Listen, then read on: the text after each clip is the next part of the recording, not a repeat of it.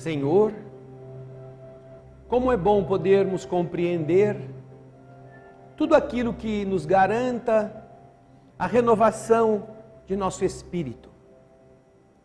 Compreender o funcionamento do universo, não apenas pelo mecanismo celeste, que faz com que sóis girem ao redor de outros centros, planetas orbitem estrelas. Como é bom podermos entender que cada um destes ambientes é uma morada, como Jesus o define, na qual espíritos progridem, cada um em um padrão evolutivo. Mas mais do que isto, não apenas entender o funcionamento desta grande escola universal, em suas inúmeras etapas, é também importante conhecer o programa de cada sala de aula, que matérias ali serão ministradas, qual é o objetivo daquele degrau de ensino para aqueles que ali se matriculem. E aqui, Senhor querido, vivendo em um mundo de prova e expiação, estamos recebendo do Teu generoso coração estas lições que nos ajudam a reconhecer o projeto pedagógico da evolução individual, da evolução coletiva, da construção de um ambiente melhor do que aquele que existia séculos ou milênios antes de nós. Mas também o que nós devemos fazer para corresponder ao projeto pedagógico no grau escolar que nos recebe. Que lições precisamos estudar? Que dúvidas precisamos sanar diante da explicação clara daqueles que já passaram por aqui e que têm a missão de ajudar os que chegam depois, espíritos luminosos, almas generosas que renascem com a tarefa do bem, que deixam seus ambientes para estarem sentando-se junto dos alunos semi-alfabetizados, espíritos cuja alegria é ver a alegria dos outros, ao descobrirem esses mistérios que a partir de então se revelam com clareza. Obrigado, querido mestre, por podermos estudar estas lições e delas tirar o mistério, transformando-as em algo palpável que nos ajude a melhorar nossa conduta, por entendermos seus efeitos. Que nós possamos apagar de nós o misticismo e possamos, com raciocínio claro, aceitar as novas rotas. É isso que pedimos, mais uma vez, que cantamos. Almas do céu, ouvi o doce canto do fundo do coração, com calor repleto de perfume em flor, como se fosse um só imenso jardim.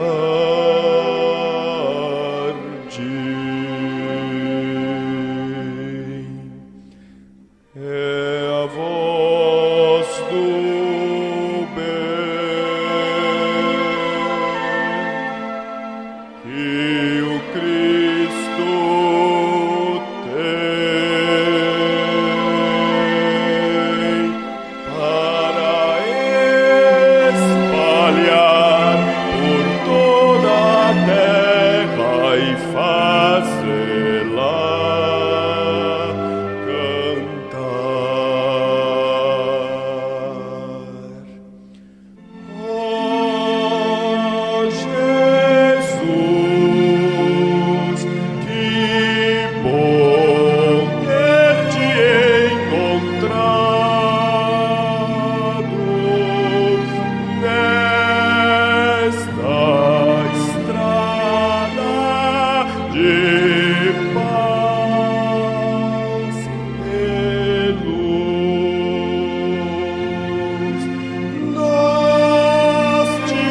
agradecemos e assim queremos te espalhar, te dividir com quem não sabe sorrir, a quem ficou na solidão.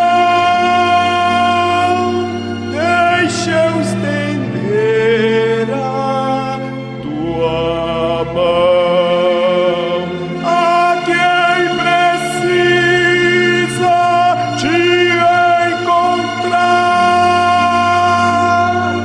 Deixe ajudá-lo a te achar, ó meu Senhor, e ensino amor. Quero servir.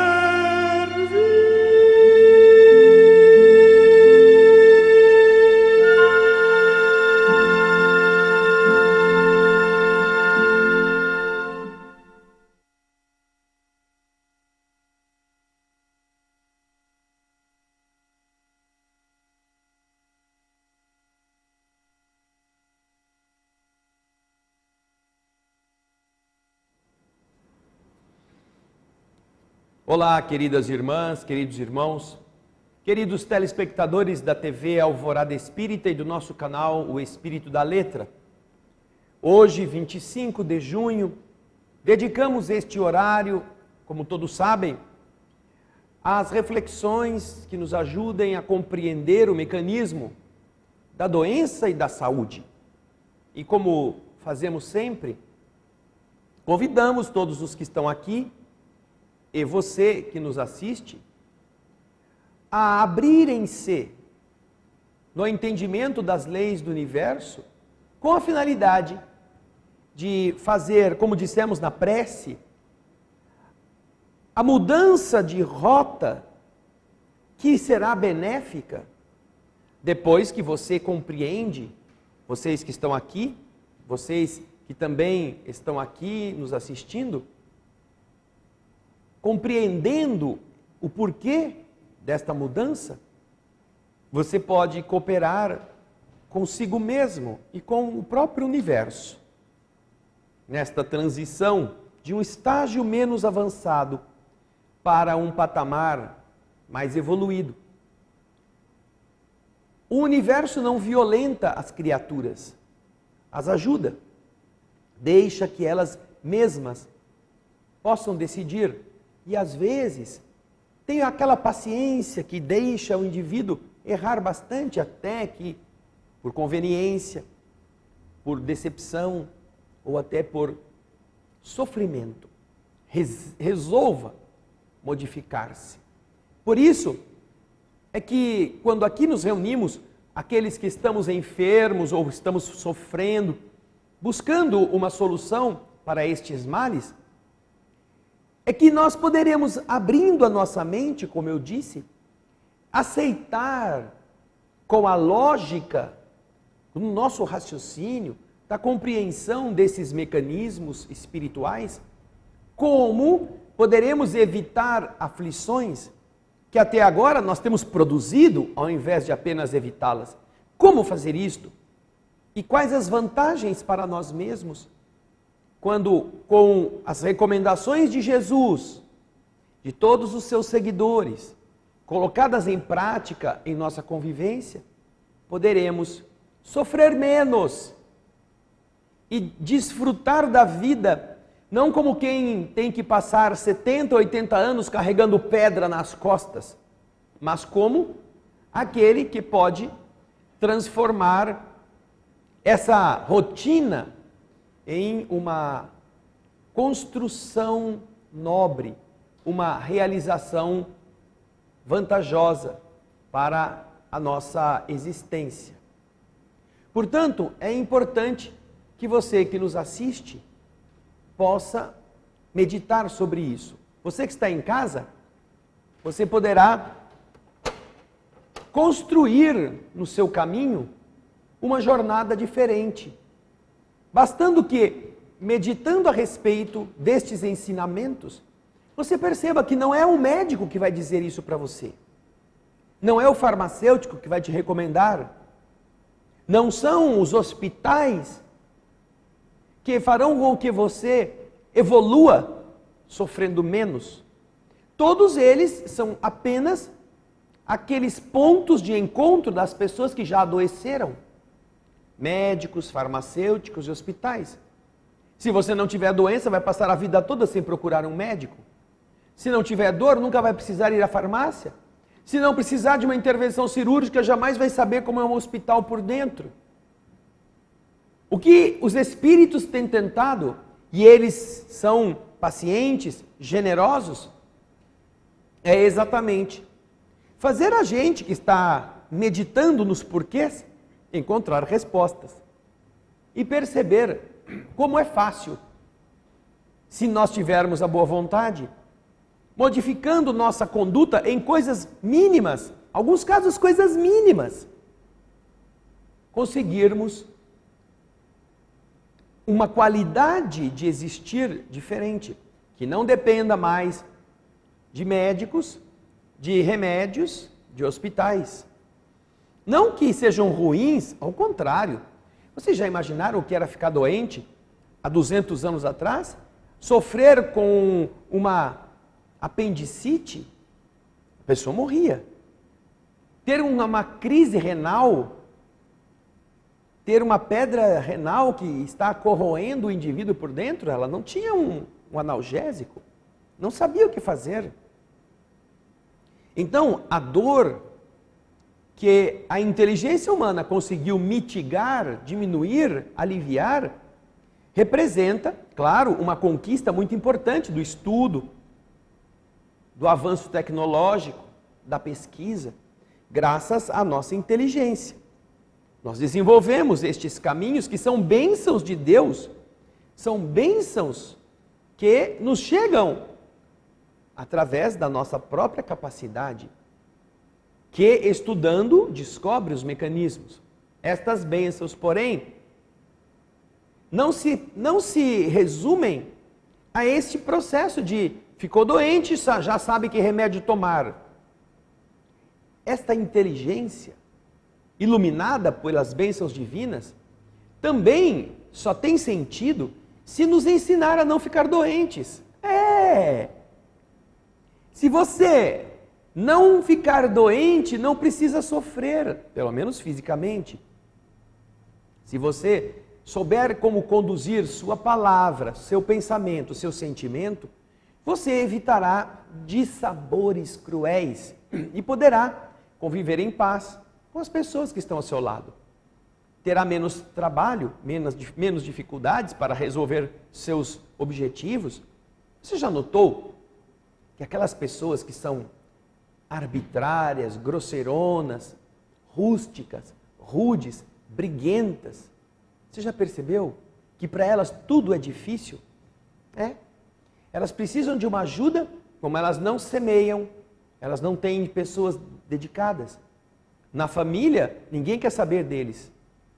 E se eles têm dinheiro, eles ainda podem comprar, pagando, pela dedicação de alguém. Mas se são pessoas que não são aquinhoadas, estas criaturas nunca conseguem. Elas são arrogantes e quando vão ser atendidas em qualquer serviço público, são maltratadas. Os arrogantes se identificam, então um quer mostrar quem é mais arrogante do que o outro. Não são capazes de pedir por favor, não são capazes de estabelecer relacionamentos gentis. Sempre tem alguém que não vai com a cara dele e que deixa ele sentado esperando. Uma pessoa generosa, uma pessoa simpática, uma pessoa cordial, uma pessoa educada no bem, é sempre bem-vinda. Há prestativos homens e mulheres que querem ajudar essa pessoa, se sentirem-se tocados por uma forma generosa de agir. Não estamos falando isso para você criar estratagemas artificiais, falsos, mentirosos, e com isso você chegar mais depressa, que é o que muita gente interpreta. você fajuta, você finge o seu modo de ser, e assim você terá vantagem. Não, isso não é um curso de estelionato. Jesus não veio gerar na terra uma aula ou uma turma de estelionatários através da chantagem emocional, da conduta equivocada, para fazer os outros pensarem que são o que não são. Não, Jesus veio viver de forma autêntica a realidade da vida espiritual, que é feita de boas coisas, que é feita de atitudes nobres. Então, uma pessoa grosseirona, rústica, arrogante, sempre encontra dificuldades em tudo. Se ela começa a ser educada, logo que ela mostra as garras, as pessoas se fecham. Por quê? Aquele que está precisando de ajuda, precisa entender isto, ao invés de exigir ajuda. E se o serviço é pago, até que a pessoa pode bancar é importante porque está pagando. Mas se o serviço não é pago, se há uma relação de prestação espontânea, quanto pior você for, pior vai ser o resultado no seu desempenho, naquilo que você precisa encontrar. Então você vê que essa é uma regra. É muito fácil você melhorar a sua vida. É muito fácil você deixar de criar problemas para você. Basta você enfrentar esse mecanismo de orgulho exaltado, de descontrole de seus padrões. E quando você entende Jesus falando a respeito da humildade, que o mais importante não é aquele que é servido, mas é aquele que serve, que mais importante do que ter os seus pés lavados é lavar os pés, você compreenderá como é que o universo funciona. Quando você lê o livro Nosso Lar, por exemplo, e hoje nós estaremos falando de um outro livro dessa sequência, você descobre uma coisa. Nosso Lar tem um governador. Esse governador, ele não foi eleito pelos membros da comunidade, não. Ele foi designado por seres superiores para cuidar de Nosso Lar. Esse governador da cidade, ele é ajudado, porque são 6 ministérios, cada ministério tem 12 ministros, que são espíritos elevados. 12. São 72 ministros, entre os quais está a nossa querida veneranda. Está também o ministro Clarencio, que o Nosso Lar apresenta, o livro Nosso Lar apresenta logo no começo. E você vai entender que ali, todos os que são ministros, eles têm tarefas e eles as cumprem. Eles não têm assessores, eles não têm carros de luxo, carros oficiais, eles não têm secretários, eles são ministros porque já evoluíram o suficiente para assumir tarefas e cumpri-las. No curso do livro Nosso Lar, nós vamos ver muitas referências ao governador. Entre elas, você vai descobrir coisas interessantes. Que o governador da cidade, de todos os trabalhadores da cidade, é o que mais trabalha. Nas suas horas de descanso, explica o enfermeiro Lísias ao André Luiz, que são os dias de domingo, ele se dirige ao Ministério do Auxílio e da Regeneração, que são os piores ministérios, porque recolhem os espíritos que acabaram de chegar da terra e dos umbrais, das regiões inferiores. Ele passa o dia de domingo, que seria o seu dia de descanso pessoal, trabalhando, analisando os casos mais complexos que os ministros do auxílio e da regeneração levam até ele. Espíritos que estão com problemas, como resolver aquelas intrincadas questões, ele atua. Ele orienta, ele tem a sabedoria que é capaz de enxergar mais amplamente E é capaz, assim, de cooperar com os seus amigos, que são também servos do bem. Ninguém é empregado do governador. Todos se doam como escravos por amor aos ideais da melhoria coletiva. Tão diferente daquilo que nós aprendemos num mundo de prova e expiação como a nossa terra, quando as pessoas querem galgar postos para terem mordomias, para fazerem cada vez menos. Se você vai logo no começo, no segundo capítulo, você vai ver que quem foi recuperar André Luiz da zona trevosa em que ele estava, não foi o secretário do secretário do secretário do secretário do faxineiro. Não. Quem foi recuperar André Luiz foi o ministro Clarencio, que junto de 2 ajudantes que lhe serviriam como enfermeiros, vai às regiões umbralinas onde André Luiz estava chafurdando no lodo, como sempre tinha ido, a pedido da mãe de André Luiz, cuidar do seu filho, enquanto ele ainda não estava preparado para despertar.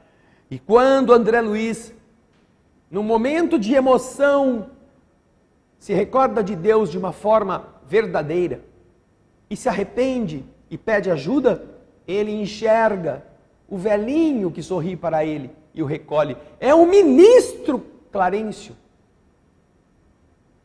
Imagina, quando foi que o ministro foi na sua casa? Quando foi que o ministro ligou para você para saber se a sua febre diminuiu? Quando foi que quando você precisou fazer uma cirurgia de amígdala, uma cirurgia de útero, ou mesmo um cateterismo que você ficou no hospital alguns dias, algum ministro foi te ver, perguntar como você estava, se interessar por você.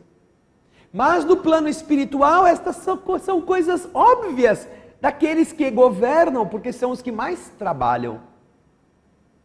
Você não sabe, mas o governador da cidade Nosso Lar, ele está no cargo, quando André Luiz escreveu este livro, há 114 anos. Não é essa democracia que falsamente nos apregam aqui como o melhor sistema. Porque essa democracia que eles dizem que é o melhor sistema, não é o governo do povo, não. É o governo de uma minoria que disfarça a sua tirania, dando ao povo o direito, o pretenso ou falso direito de escolher, viciadamente. A verdadeira democracia grega não tem nada parecido com este sistema que nós adotamos. E no plano espiritual, o que existe é a meritocracia, não é a democracia. A meritocracia. Quem mais trabalha, quem mais melhora, quem mais se desenvolve, quem mais se prepara, uma vez que mais ame, se torna capaz de educar os outros e guiá-los. É preciso basear-se assim em um sistema onde os melhores e mais generosos sejam os que dirigem os mais atrasados. Não os mais arrogantes, não os mais prepotentes, não os mais ricos que podem comprar apoio. Não, esses são criaturas de péssima estirpe. São espíritos de natureza extremamente imperfeita, primitiva. Então, Nosso Lar já nos educa a partir daí. Depois, um pouco mais, vou falar que existe uma maneira na cidade de cada trabalhador se sentir remunerado, não com dinheiro do bolso que a gente está acostumado, mas com um chamado bônus. Bônus hora. Pela hora de trabalho, a pessoa ganha um direito a mais, como se fosse uma caderneta, em que vão sendo somadas estas horas de dedicação ao próximo. É um sistema de estímulo naquele nível evolutivo em que Nosso Lar se encontra, onde espíritos trevosos estão chegando, estão sendo recolhidos da terra. Eles vêm com este ânimo egoísta de ganhar sempre. Portanto, estabeleceu-se um critério de discernimento entre os que trabalham para que se sintam estimulados, uma vez que ainda a mente dos que chegam está viciada pela ideia de ganhar. Não quer dizer que seja assim em todos os outros mundos. Chega determinado local, ambiente, evolução, em que você não pensa mais em ganhar.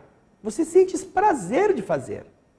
Mas, engraçado, lá, há aqueles que trabalham e todos, pela hora de trabalho, ganham um bônus hora. Do operário ao governador, um bônus hora. Aqueles que educam, os que trabalham educando os outros, estes ganham 2 bônus hora por hora de trabalho. Eles ganham em dobro.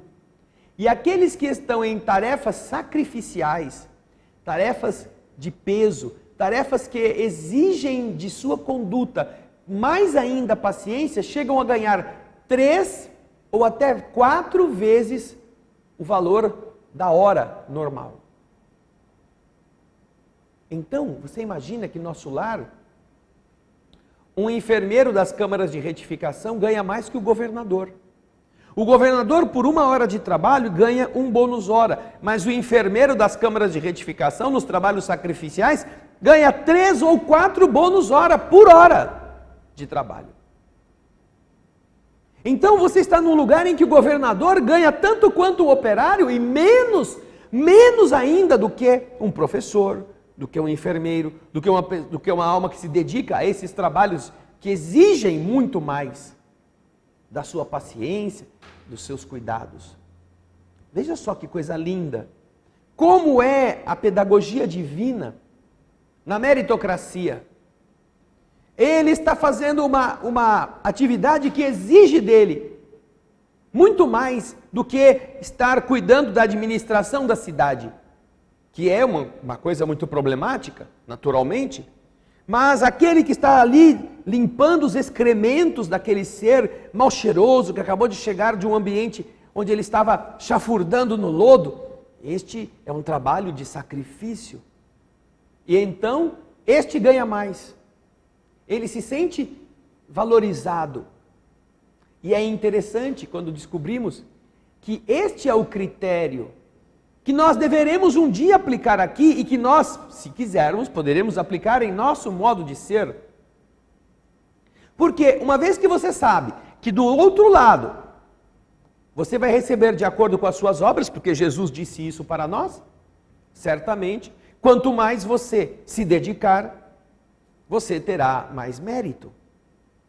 Não é porque você foi doutorado, eu sou a PhD, eu dei aula em que universidade, eu era uma pessoa importante na sociedade, eu tinha programas na televisão, eu fazia discursos, eu era uma pessoa admirada. Isso é inútil, isso é ridículo. Isso é da convenção social que os homens enaltecem, sem que muitas vezes o indivíduo seja aquilo que parece. E se você perceber bem, você que está em casa, você que está me assistindo aqui, se você perceber bem, nós vivemos num mundo em que o importante é parecer. Se você é ou não é, não importa. O importante é que as pessoas pensem que você é aquilo que você está dando a entender. Se é mesmo, isso não, o povo não está chegando a esse fundo nessa análise. Eles apenas fantasiam que você deve ser. E se você não for, o problema é seu. Na hora de morrer, é você que vai pagar por não ter feito o que deveria, ou que poderia ter feito, apenas ter fingido que era sem ser. O prejuízo é seu. E quanto mais você desencaminhou, quanto mais pessoas se iludiram por causa do seu mau exemplo, quanto mais homens cobiçaram suas pernas, seus seios, quanto mais mulheres deixaram se levar pelo pensamento sedutor dos seus músculos, da sua aparência, quanto mais pessoas acreditaram em você e foram frustradas, maior será a dor que você vai sentir do outro lado. Isso é problema seu. Mas como você só vai descobrir isto depois que a morte chegar, pelas religiões convencionais? Nenhuma igreja fala isso para você. Jesus, que é o governador deste mundo, se ocupando para evitar que nós sofrêssemos sem precisar, criou uma escola em que essas lições eram explicadas, para que a sua inteligência, entendendo esse mecanismo, pudesse a partir daí decidir. Você quer ser isto? Você quer ser uma pessoa que pelo excesso da sua sedução, pelo excesso da exposição física, desajustando a emoção dos outros, em uma vida futura venha mutilada, cancerosa, venha sofrendo debilidades orgânicas, e aquilo que era o gostosão, bombadão, agora é o aleijadinho? Você gostaria disto? Então, se você não quer isso para você, entenda o mecanismo. Não que você não possa ter músculo, não que você não possa se sentir bonita na parte física, mas que entenda que isso não pode ser uma arma, que isso não deve ser o motivo de enaltecimento da sua vaidade, destruindo o equilíbrio, a emoção das outras pessoas, porque você é a causa do bem ou do mal. Você é o que vai gerar esta apreciação.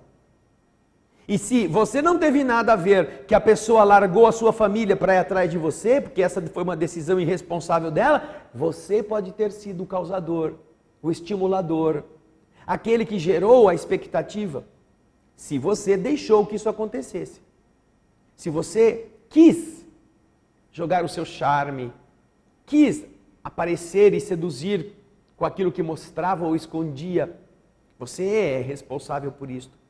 A lei do universo nos ensina que a responsabilidade não é só de quem pratica o ato, mas é de todos aqueles que ajudam a pessoa a enganar-se e praticar aquilo. Desde que tenha havido a vontade por parte dos agentes, no sentido de gerar o estímulo. Se há vontade, no íntimo, essa pessoa tem contas a acertar com a tragédia alheia. Então, se você compreende o funcionamento desse mecanismo, você verá que quanto mais você evolui, mais você cresce espiritualmente, mais trabalho te espera.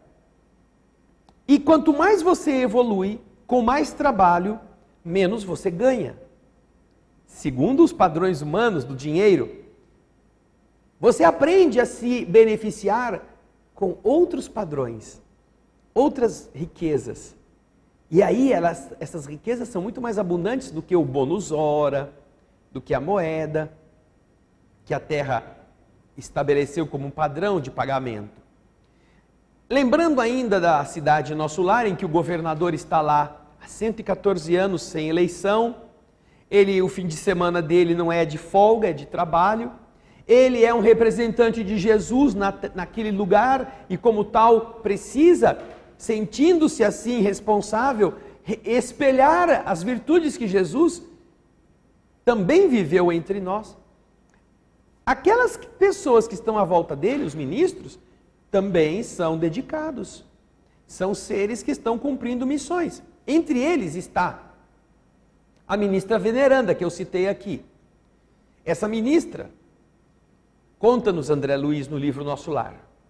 Na cidade de Nosso Lar, todinha, na época em que o livro foi escrito, a cidade de Nosso Lar estipulava-se que possuía 1 milhão de habitantes, aproximadamente.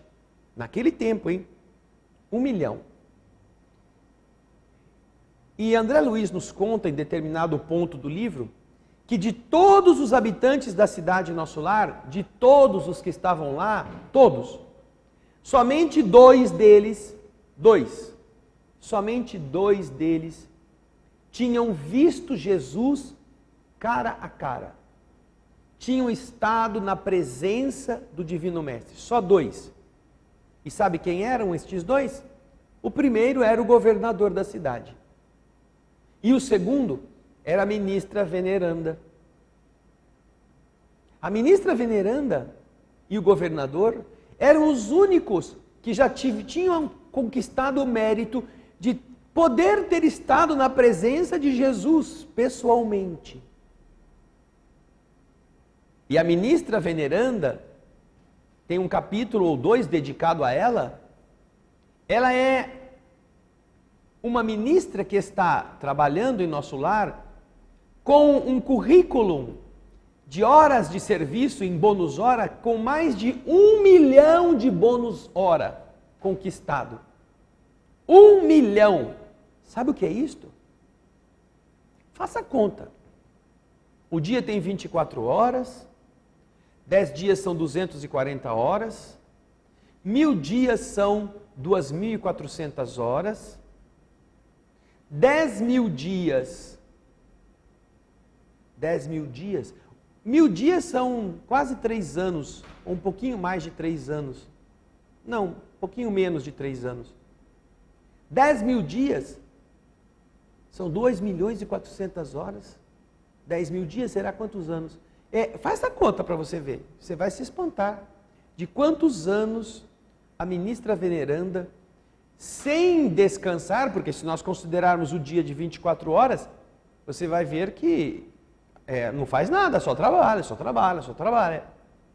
Ainda que os outros tenham momentos de lazer, você somar 24 vezes 24, mais 24, mais 24, mais 24, você vai chegar num número que é astronômico.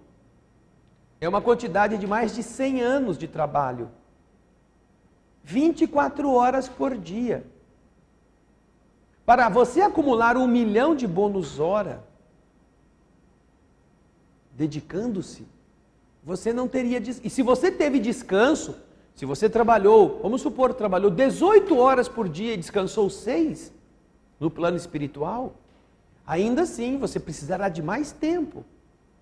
Se trabalhar metade do dia e descansar metade, ou descansar ou fazer outras coisas que são interessantes, importantes, mas você não ficar trabalhando em favor da comunidade, para a sua própria evolução, você aprender, fazer curso, etc., você vai ter o dobro de tempo para conquistar 1 milhão de bônus hora.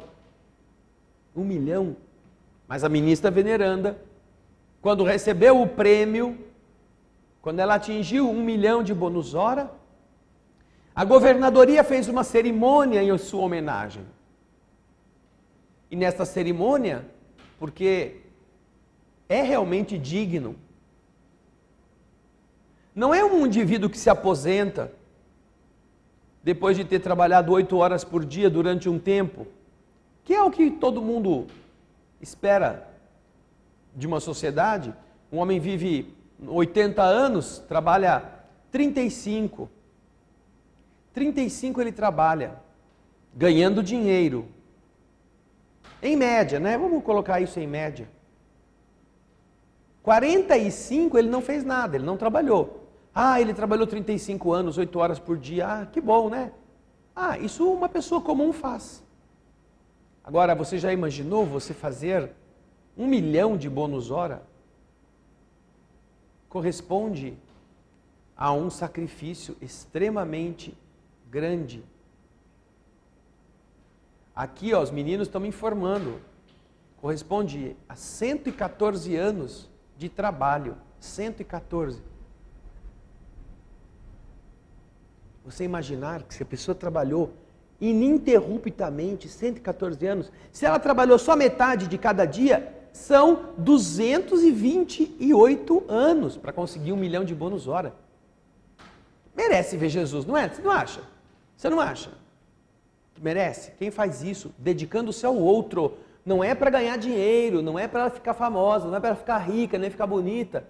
Fez isso se dedicando aos aflitos, visitando umbrais, recolhendo criaturas, elevando-as a um mundo melhor.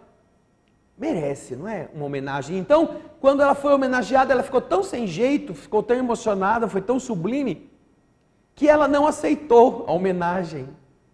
Ela agradeceu, iam lhe dar um troféu simbólico do seu esforço, e ela então entrega o troféu ao governador e pede que ele coloque aquele troféu entre as homenagens que a cidade Nosso Lar recebeu, não ela. Porque ela diz, eu não fiz, se eu não tivesse vocês, eu não teria feito nada. Não posso eu receber algo que só existiu porque vocês que estavam aqui fizeram com que eu pudesse chegar a um esforço deste. E eu fui beneficiada. Não é justo que eu receba essa homenagem e entregue logo para o governador. Sabe? A gente fica aqui querendo aplauso, A gente faz um pratinho de comida que as pessoas gostam e a gente fica esperando que assim, você fez uma comida boa. E se não falam que a comida foi boa, você nunca mais chama aquela bandida para comer na sua casa às suas custas. A gente faz uma besteira e fica esperando aplauso. A gente posta uma fotinho ridícula no Facebook, no WhatsApp e fica esperando quantos vão curtir. E se não curte, a pessoa deprime. Ninguém curte o que eu posto, meu Deus, que coisa mais de gente indiferente. Aí fica triste, fica débil, fica deprimida. Pelo amor de Deus, você está preparado para trabalhar 1 milhão de horas? 1 milhão de horas se doando aos outros, sem esperar nada em troca? Então, a coisa não é fácil.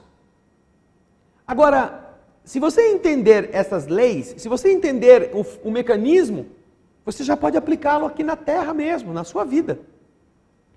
Certamente que quando você tem um corpo físico, este corpo exige de você certos cuidados que o perispírito, do lado de lá, não precisa. Ele se cansa menos, o perispírito, ele se desgasta menos que um corpo de carne, que precisa de reposição de alimento, que precisa de descanso, que não envelhece como, o corpo espiritual não envelhece como envelhece o corpo físico, ele vai se desgastando. Então vai perdendo tonicidade, vai perdendo mobilidade, vai sentindo dor. Então é natural que você não possa ser uma veneranda aqui na Terra. Mas você pode fazer mais do que está fazendo, não pode não? E fazer mais não significa gastar o seu dinheiro, não significa ficar pobre. Até poderia, se você tivesse ainda coragem de enfrentar o desafio do desprendimento material, do desprendimento. Se você tivesse essa coragem. Mas a maior parte das pessoas não tem.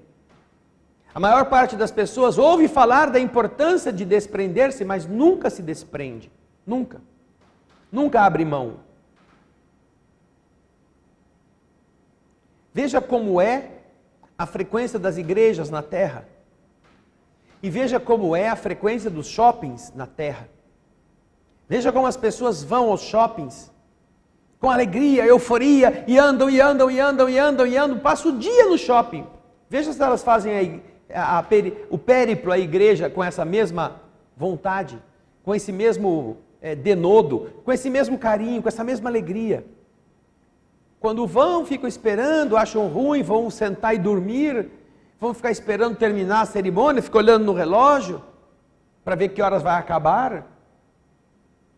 Mas quando vão ao shopping, ninguém olha no relógio para ver quanto tempo passou. Eles vão de uma loja para outra, depois quando dá fome sentam no restaurante, aí comem, saem do restaurante, vão para outra loja, vão para o cinema, vão para a diversão. Eles chegam de manhã e vão embora quando fecha o shopping, mas estão felizes, porque estão gastando, porque estão no meio daquilo que os encanta. E encanta por quê? Porque eles estão presos às ilusões da matéria. É claro que há coisas boas nesses lugares. A doutrina espírita não é contra o progresso, mas você não precisa passar o dia todo lá, a não ser que você esteja iludido, achando que lá é o lugar da felicidade. Por que você não constrói a felicidade na sua casa, na sua família? Por que você não tem um ambiente harmônico, que não precisa das luzes, dos preços mais baratos, das ofertas diferentes? Por que você não cria uma relação agradável onde você está? Em que as pessoas possam ir te ver, ir conversar com você. Então, se você já aprender como funcionam estas leis na Terra, você começa a viver aqui. E quando chega a hora de ir embora, porque você vai ter que ir, você já preparou um caminho, você já tem algo esperando por você. Porque enquanto você não fizer isto, você estará preso às mesquinharias de um mundo material. Você estará dependente das coisas inferiores da matéria, e quando sumirem estas coisas, você não sabe o que fazer. Você não sabe como agir. Imagine você que hoje você teve um ataque e está indo para o hospital. Você sabe o que vai ser de você? Você está dentro da ambulância.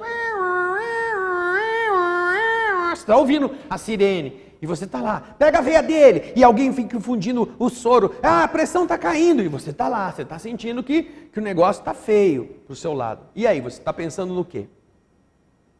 Tinha jogo de futebol essa semana, não vou poder ir, é isso que você está pensando? Eu tinha marcado uma caminhada aí pelo meio do mato com o pessoal, eu ia andar de bike esse fim de semana com a moçada, será que vai dar para eu andar? Você está lá, torcendo para aquele barulhinho não ficar...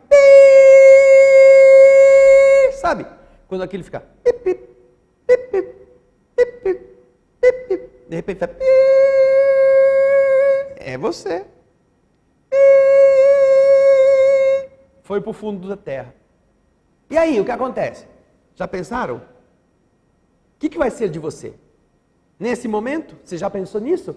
Você não está aqui preocupado com isso, porque está se achando muito fortão, né? Muito fortona, ó. Tem banha suficiente aqui para viver mais uns 500 anos. Só de, sem comer nada, ainda sustenta. Mas quando chegar o momento, aí você é obrigado a pensar.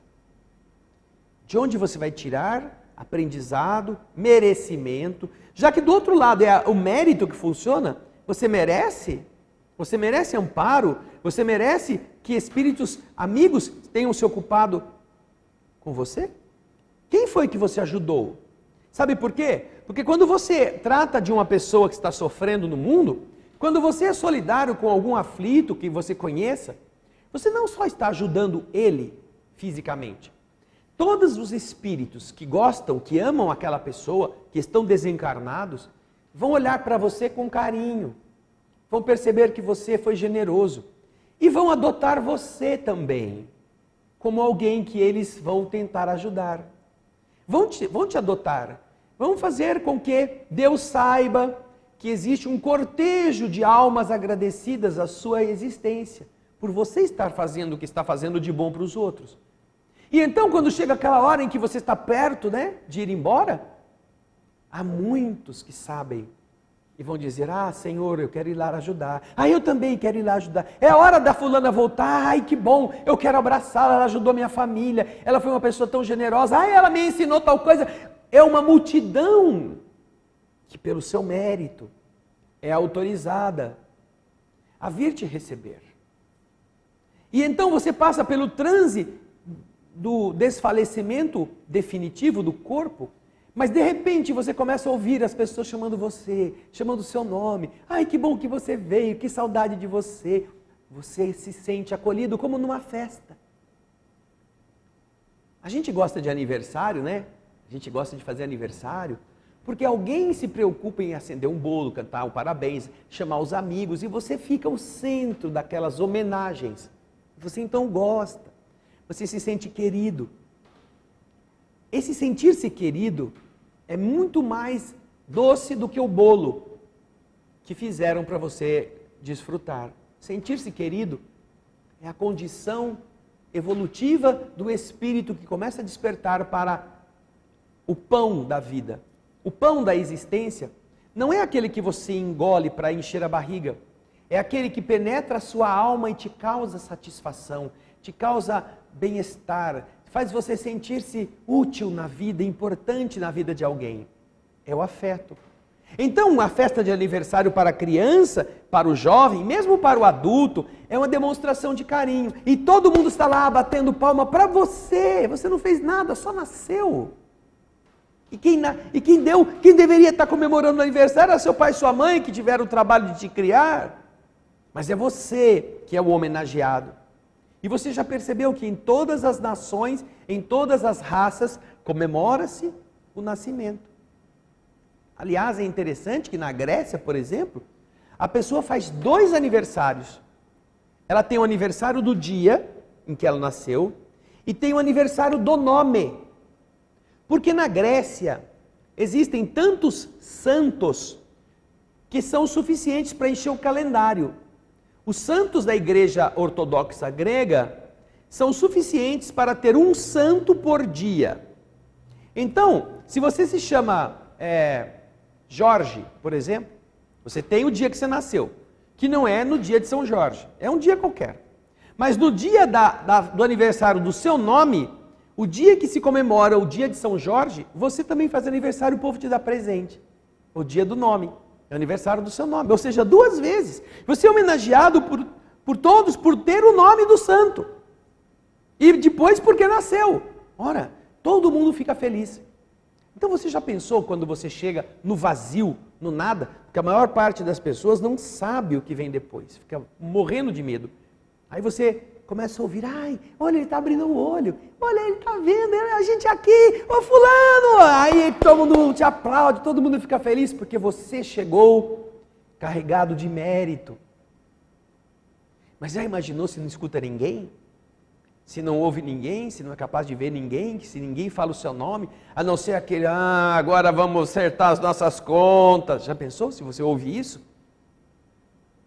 É você que eu estava esperando que chegasse, você pensou que você nunca ia morrer, né, seu infeliz?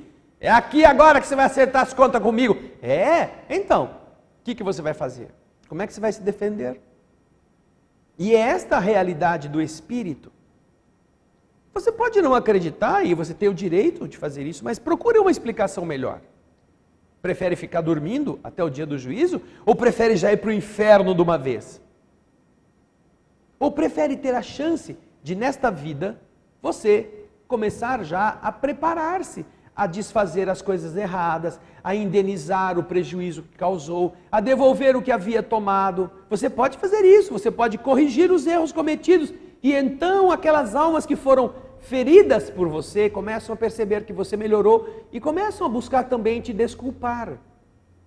O certo é que, se nós aprendermos a trabalhar essas realidades na vida material, nós não sofreremos tanto como temos sofrido por gosto, por querermos passar por experiências assim. E para que vocês possam entender um pouco mais, nós vamos sair do nosso lar e vamos para o livro seguinte, que é este que eu tenho nas minhas mãos aqui. E você vai ver aí na tela, Os Mensageiros. Este livro, Os Mensageiros, ele é muito instrutivo. Nós já lemos e comentamos todos os seus capítulos no nosso Espírito da Letra. Os Mensageiros. Especificamente hoje, eu quero que você preste atenção no capítulo 41. O título é Entre as Árvores. André Luiz, Aniceto e o seu amigo Vicente, eles são levados ao ambiente do campo. Eles saem da cidade onde estavam e vão para a natureza. E eles fazem uma descrição interessante aqui em relação à questão da natureza. Vejam só o que está escrito. Decorridos alguns minutos, atingíamos pequena propriedade rural, povoada de arvoredo acolhedor. Laranjeiras em flor perdiam-se de vista, bananeiras estendiam-se em leque, enquanto o goiabal, de longe, semelhava-se a uma mancha forte de verdura. A relva macia convidava ao descanso, e o vento calmo passava de leve, sussurrando alguma coisa através da folhagem. Aniceto respirou longamente e disse: os desencarnados, André, embora não se cansem como os que estão no corpo físico, não abrem mão da pausa de repouso. Os desencarnados também, mesmo que não se cansem quanto os encarnados, eles também repousam. Em geral, nossas operações à noite são ativas e trabalhosas. Apenas 1/3 dos companheiros espirituais em serviço na crosta conserva-se em atividade durante o dia. À noite tem que trabalhar porque é a hora que os encarnados dormem e vão para o outro lado. Então o trabalho lá é quente. Mas durante o dia, só trabalha 1/3 dos espíritos que estão cuidando das coisas. Os outros não estão tendo que fazer muita coisa, estão ali, esperando chegar de noite. E notando a minha curiosidade, ele ainda explicou: aliás, isto é razoável. O dia terrestre pertence com mais propriedade ao serviço do espírito encarnado.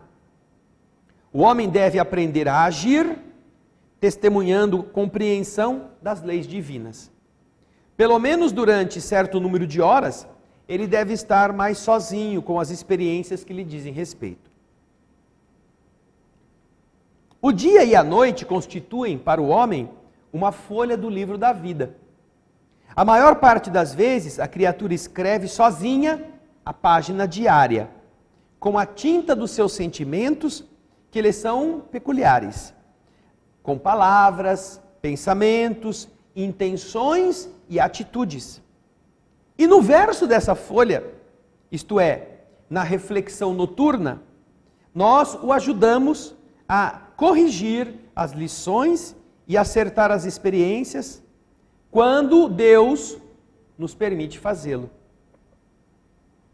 Calando-se então o nosso orientador, tivemos a atenção exclusivamente voltada para a beleza que estava à nossa volta. Nós temos algumas imagens aí, a primeira imagem do campo. Você está vendo a beleza que foi registrada aqui no projeto Imagem do nosso querido irmão Américo Sucena. Você está vendo a relva, a casinha, o caminho e vai ver os espíritos aparecendo aí. Olha eles lá. Aí está André Luiz, o instrutor Aniceto e o Vicente. Estão olhando a beleza da natureza. Aquele campo amigo e hospitaleiro, pode deixar, Raul, pode deixar aí a imagem. Este campo que você está vendo aí, amigo, hospitaleiro, ele se caracterizava por ser um ambiente muito diferente da cidade. Não mais as emanações pesadas daquele aglomerado de gente, mas o vento leve, que criava ambientes para os perfumes suaves do campo. Eu refletia na bondade do Senhor, que nos oferecia recursos novos, quando Aniceto voltou a dizer: a natureza nunca é a mesma em toda parte. Não há duas porções de terra com climas totalmente iguais. Cada colina, cada vale, possui expressões... Já saiu de lá, ó. Agora você vai olhar para o feio aqui, ó. Ah, voltou, ó. É isso aí. Obrigado, Raul. Cada colina, cada vale, possui expressões climatéricas diferentes. É importante reconhecer, porém, que o campo, em qualquer condição, no círculo dos homens vivos na terra, é o reservatório mais abundante e vigoroso de princípios vitais. Em geral, todos nós, os trabalhadores espirituais, gostamos do ar da manhã, quando a atmosfera permanece igualmente em repouso, livre dos glóbulos de poeira convertidos em balões microscópicos de bacilos e de outras expressões inferiores. Entretanto, os trabalhos de hoje não nos permitem o descanso, não nos permitiram o descanso mais cedo. E depois de se sentar, apoiando-se no veludoso relvado, Aniceto ainda continuou explicando. Eu digo isto porque na floresta, ele está falando agora da floresta. Você imagina uma floresta fechada, a floresta da Serra do Mar, a floresta amazônica, a floresta do Cerrado, aquela coisa muito fechada, né? Na floresta temos uma densidade forte, é muito denso. Pela pobreza das emanações, em vista de serem estas árvores impermeáveis ao vento. Elas retêm as emanações e o vento que vem de fora não consegue mudar este clima. Nesse lugar, o ar costuma converter-se em elemento asfixiante, pelo excesso das emissões dos reinos inferiores da natureza. A cidade, por outro lado, é a atmosfera. Na cidade, porém, a atmosfera é compacta e o ar também sufoca, agora pela densidade mental das baixas aglomerações humanas. Porém, no campo, temos o centro ideal, o equilíbrio. Olhando para as árvores ao redor, ele disse assim, olha, aqui reina a paz relativa e equilibrada da natureza terrestre.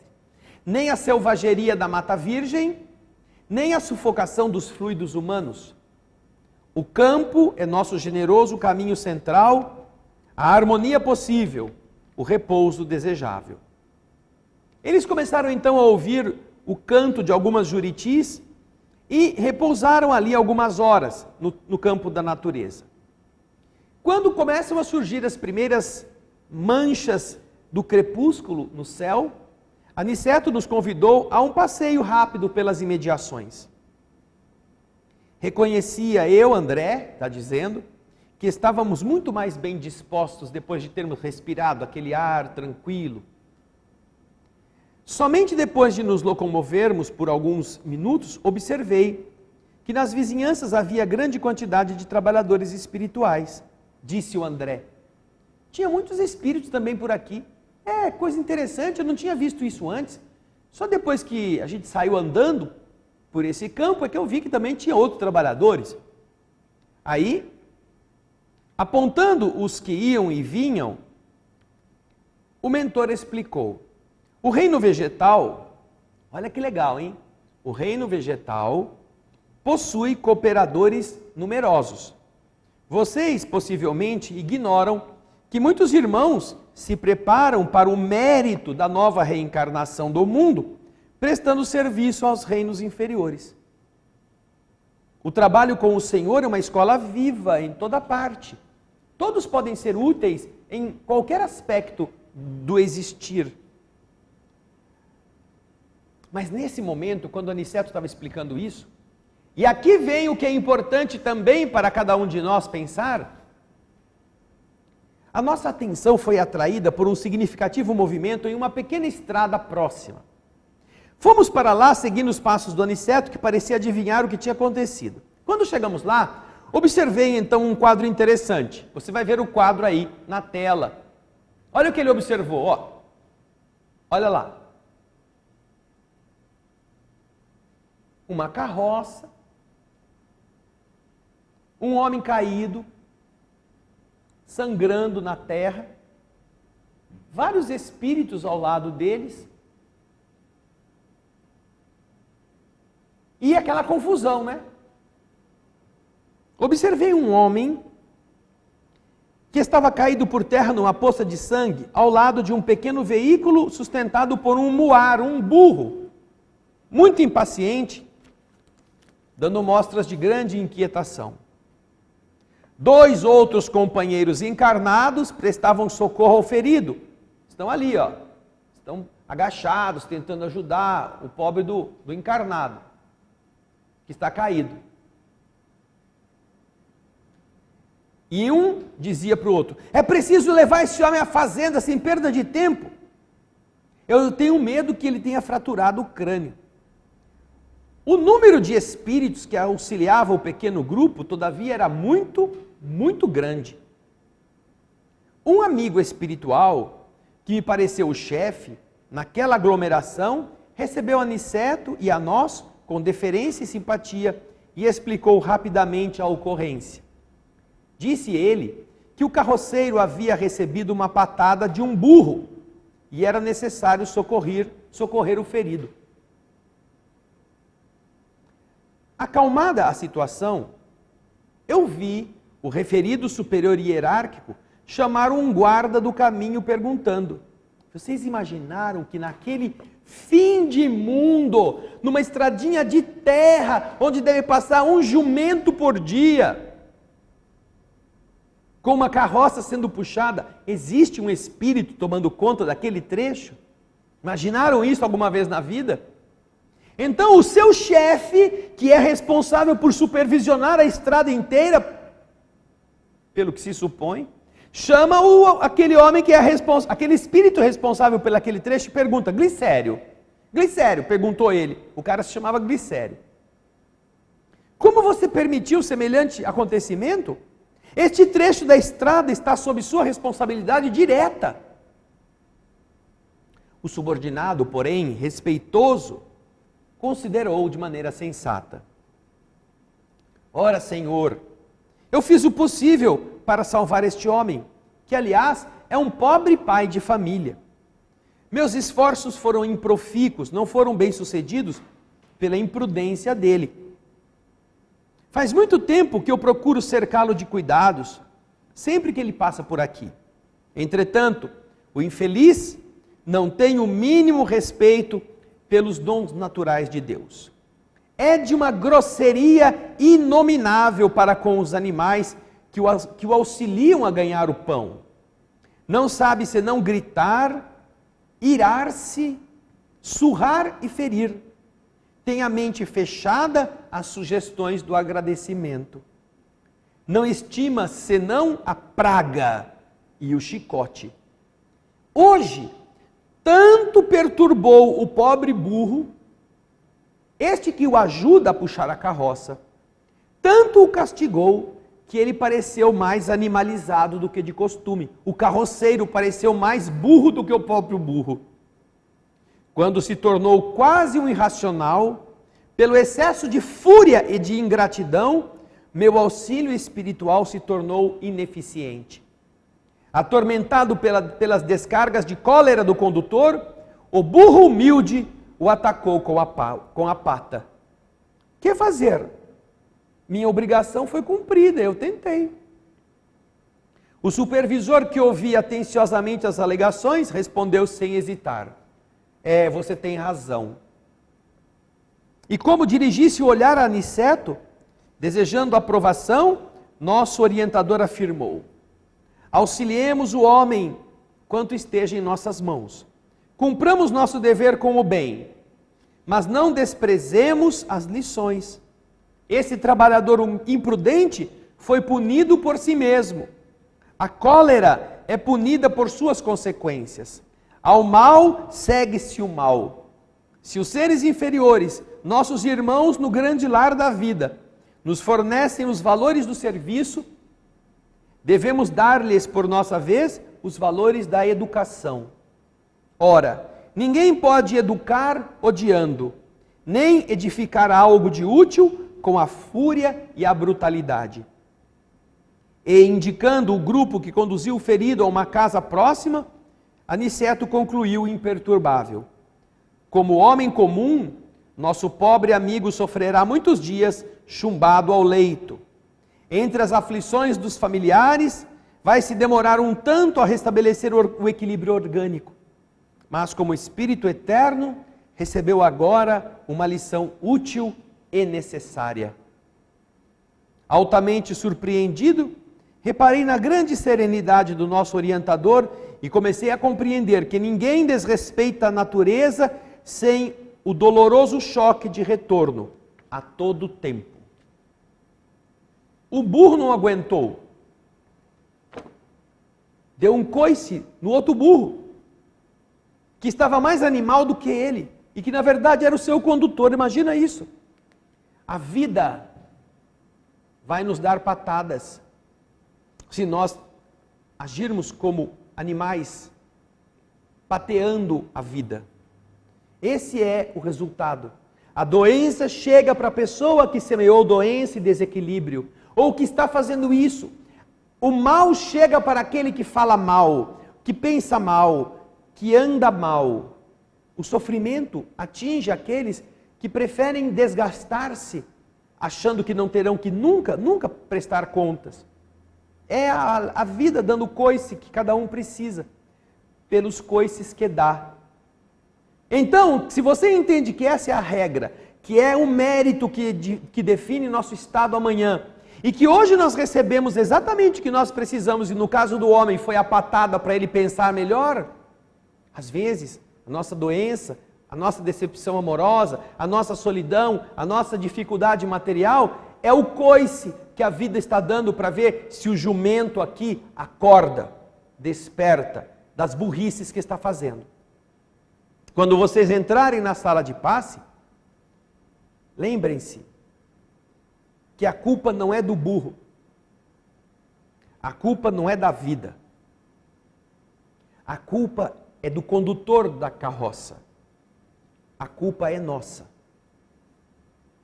pelos coices que levamos, pelos coices que demos. Então, abram o coração, arrependam-se, sintam que agora você está entendendo melhor o funcionamento dessas leis. Estude, leia o capítulo, leiam os livros, meditem sobre a leitura, assistam os nossos programas, nós estamos lendo com o resumo, não, com o sinônimo das palavras difíceis, sem resumir nada, nós pegamos o capítulo inteirinho, já fizemos essa leitura que eu acabei de fazer aqui, faz anos que essa leitura está disponível, o livro todo. Terminamos recentemente o 6º livro, o livro Libertação, o 6º nessa sequência. Aprenda, porque vai chegar um momento em que você só vai ouvir a sirene da ambulância e vai perceber que todo mundo está correndo para tentar impedir que você vá dessa para outra. Melhor ou pior, só você. Agora poderá construir. Se você não fizer nada de bom, será o pior.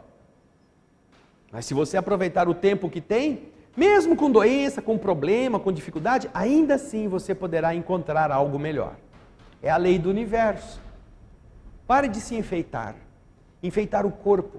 Pare de agir como uma criança que acha que todos os bens mais importantes da sua vida estão na prateleira do seu quarto, que são os bichinhos, as bonecas e os joguinhos que ele usa para se divertir. Não, a vida não está na prateleira, a vida está no mundo. E se nós nos desencantamos dessas ilusões, caímos na verdadeira vida. E aí começamos a usar o tempo que dispomos para agir como seres lúcidos. Esta é a saúde que nos falta. E é esta saúde que nós desejamos a todos os que estão nos assistindo hoje, neste dia final do mês de junho, já quase metade do ano já tendo se passado, esperando que você possa durar muito mais tempo, mas que você não perca tempo esperando a velhice chegar, e se ela chegou, não fica esperando a morte chegar. Não tenha pressa, ela vai chegar, mas tenha pressa de viver cada dia, segundo estas leis que a gente está aprendendo. Pensem nisso. E agora, você que está em casa, vai se preparar para o repouso de 1 hora para que os Espíritos te ajudem, enquanto os que estão aqui vão para a sala de passe receber o passe que termina o nosso encontro de hoje. Muito obrigado e muita paz.